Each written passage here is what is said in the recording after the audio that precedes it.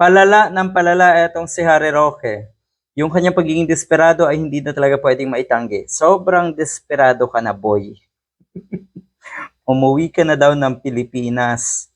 Wala ka ng pag-asa. Lubog na lubog ka na, Mr. Harry Roque. At sa ngayon, lalo mo pang dinadagdagan. Sa tingin mo, madadagdagan pa yung mga uto-uto na sumusuporta sa'yo? Hindi. Lalo ka lang pinagtatawanan ng mga taong nasa paligid mo. Baka nga pati pamilya mo pinagtatawanan ka na eh. Lalo na siyempre yung mga lawyer, baka pinagtatawanan ka na nung dati mo mga kasamahan na lawyers din. Yung mga colleagues mo na tinatawag. Ang saklap, pero nagpakababa ka na.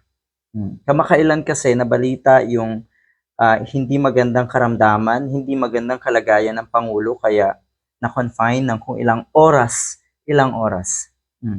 Ayun.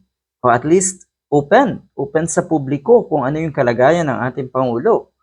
'Di ba? Pagdating sa kanyang kalusugan. O ay talagang mas maayos yan. Mas maayos talaga yan. Kesa naman doon sa dating administrasyon.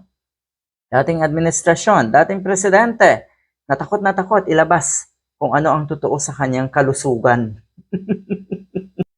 Etong pahayag na ito ni Mr. Harry Roque ay lalo lamang nilagay ang sarili niya sa kapahamakan.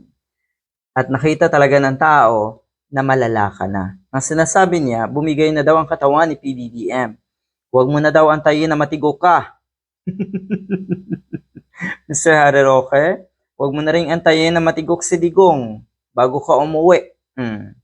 Kung ako ikaw, pangalagaan mo na lang daw ang katawan mo at ipaubaya na daw kay Sara Duterte ang pamamahala ng ating bansa.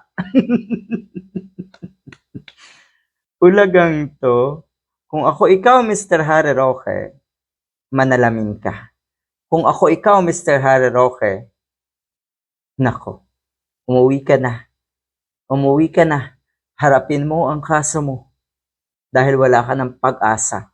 Hindi ka na makakalagpas or makakaalpas sa batas.